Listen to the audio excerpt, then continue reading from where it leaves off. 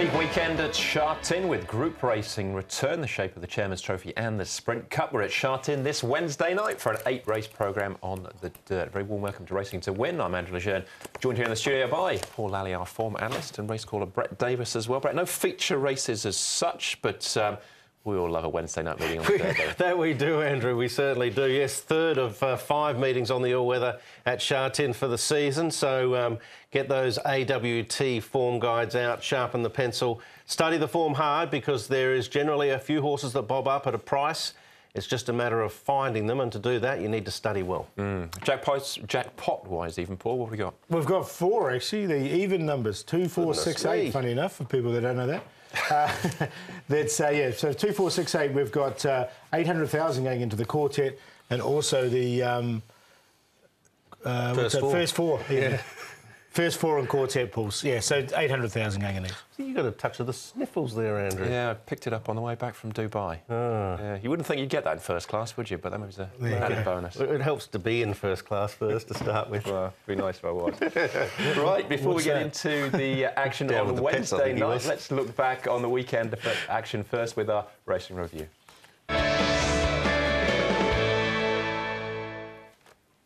All right, the CUHK Alumni Cup was our feature race on the weekend, and perfect pair makes it a pair of wins back-to-back. Yes, sat on the back of the speed. What I liked about the win was that it took a bit of time to get there, and encouragement was the key from Moreira. A few little slaps of the stick you can see there, and when they get closer to the wire, he just rides hands and heels. He was quite confident that he was going to get the job done, so you would think that there's still more scope for this horse to improve, both, you know, in ratings and over further distance, I would have thought. Yeah, I like Made Happy Alumni my best, and that's one of the orange cap closest. He actually jumped. It's the first time he's jumped, so that's a positive sign. He sort of grinded a bit at the end, so I just wonder if 1600's better for him as he's in this stage, yeah. And Joe and Zach obviously travelled a bit better than I did on the way back from Dubai. Joe with 3 and Zach with a double. Yeah, yep. They had no reason to have the sniffles for sure on Sunday. Both quite prominent early on. They didn't start riding, of course, until race number 3. But the overall time there was 1:22.52. It was outside of standard, so it was somewhat a sit and dash. There were 1 or 2 others that went OK. I thought Buddies went better second start. E-Star, or E-Super rather. No, E-Star. Yeah, you're right. He had an irregular heart rhythm, and he was always out the back. And Victory Power was absolutely punted. He went brown, and he ended up running second and just about won the race. All right, there you go. As far as the ratings changes on the weekend are concerned, Lead Perfection, Champions Way wins again. Golden 60 wins first up, gets 10. Yeah, as did Everyone's Joy, but certainly Golden 60 was quite impressive, particularly the last 100. Everyone's Joy certainly gave the impression that he could probably be improved by further distance, but they were both nice first start winners. Duke Y won the first. Paul O'Sullivan Yard continues on its merry way. And, of course, Martin Harley won there on Indigenous Star, cutting down Alfred Chan, who had 2 seconds from his first 2 rides. He did. He had wide draws in the first 4 rides, didn't he? But he managed to get to the front on all occasions, and I think that's the sort of horses that are going to suit him as an apprentice. He's got rides on Wednesday night because we're on the dirt. He's not yet allowed, as we know, to ride at Happy Valley. Yep. The claim will be put to good use as well. All right, those are the big winners on the weekend. See if we can find you some more with our horses to follow.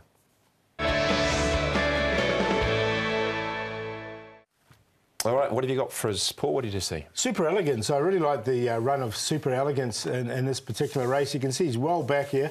He's only had very limited starts here in Hong Kong, and I thought he finished off this race nicely. You can see where he is now. He's still second last with about 350 to go. He gets into the clear now, and he was a big price. I know Jenny did like him from the paddock. You can see Chairman Lowe, the grey, runs 4th, and he's about 4 lengths behind him at this stage. And once they get to the line, he's the one finishing the fastest. So once he steps up a bin and trip, I thought it was a really good run from him. All right, he goes into the notebook. Brett? The last race for me, Andrew, world famous gain to start with the scratching of Smiling Pride.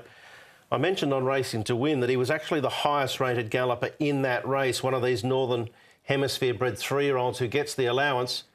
I think he would have won. Had he got that clear run there, I think he would have won. He lost all momentum, and it took a while for him to reload and build again, and he just didn't quite have the burst. It's questionable. I think he would have gone very close to winning. whatever the case, it was a very good run on debut, and it was a bit of a surprise because he was a decent enough price. I think Tony Cruz got another nice young horse. All right. First race for me, Red Brick Fighter, also on debut. Now, I did have the assistance of drawing the inside gates. That clearly helped. But still, I thought this was the Duke Y race that stayed on quite strongly in the closing stages by Artie Schiller out of a Don Eduardo mare. This was 1,200 metres, so it would be a massive surprise to see him improve up over further as well. And you can just see through the last 200 or so now that he does stay on quite strongly as well. So he probably was helped by that low gate, but he goes into the notebook. I have to admit, Andrew, calling the race, he looked gone on the turn, and just then he just starts to pick up again, doesn't he? He stuck on again. So that's an encouraging sign from a young horse. All right, Red Brick Fighter. Right, that's the weekend wrapped up as we head on to Wednesday night's programme. We've lost Complacency, unfortunately, in race number 3. It's a Class 3 contest, the third. Complacency out. Kick off with a couple of Class 5s for our 60th meeting of the season. We're at Sha Tin. They're all 8 races on the all-weather track. Kick things off, we've got 2 Class 5s, the first being over the 1650. Headed by Levante. Ben So off the inside gate, Class 5 for the first time, as is Open House and Lotus Breeze. Rookie Stars went over this trip at Happy Valley. That was back in November. Enjoyable success. Blinkers off. Pacify with the cows on as he switches back to the all-weather behind Dragon Warrior last time out. Mi Blanco, course and distance winner in December. Jimson the Famous won over this course over the 1,200, 2 stars back, and Lucky Coin yet to win in 12, course and distance for the first time. Jimson the Famous has been up at Chungfa. He left after his last run when he finished behind Corrie Rapidos. We have a look at the speed map, Brad. Yes, 1650 on the all-weather, so a short run to the first bend. We know that striking Mr C is capable of leading over the shorter trips, 1,200 particularly, maybe even 1,000. So you would think he might take it up. Lotus Breeze, an old-timer now, an 8-year-old, who generally likes to race handy. Lucky Winwin's an interesting runner. He hasn't raced since the 12th of January. There was a nice quiet trial from him, so questionable where he may end up early. 7-start maiden is Levante. He's improving, though, this horse. His best run was the last start when he did run 3rd. His track work suggests that he's maintained his condition nice enough. And just some nice even work for him. He's just doing it nice and quietly. Rookie Star, he's coming back to the all-weather here. After racing his last few races at Happy Valley. Again, another one that does work nicely on the surface, and he is by an American-bred sire and hard spun. And Lucky Winwin. Now, we haven't seen him around for a while. Lucky Winwin, he's only had the 1 start this season. Barrier number 10 for him, and he's not too far away, but he's maybe still carrying a touch, but he's not too far. All right, OK, let's get into the key races. Start off with Levante. It was a massive price last time out. This is in a high class. He drops into Class 5 for the first time. Flying Level was the winner. Yep, he was. Look, these horses are always hard to pick for me. You would think, going down in class and up in distance off the back of this performance, that it would be perfectly suitable for him. And there is every chance that it will be. But he has to carry the big weight now. It's a different type of race, the 1,200 on the dirt, as opposed to the 1650. So I could see it happening, but I'm not 100% confident. Yeah, I've got him in the numbers. I haven't got him on top. I can see a horse that is on the improve, and the 1650 will suit him, downgraded. So there's positives there. Yeah. All right, that's Levante. Enjoyable Success has been knocking on the door. Runner-up last time out behind Dragon Warrior.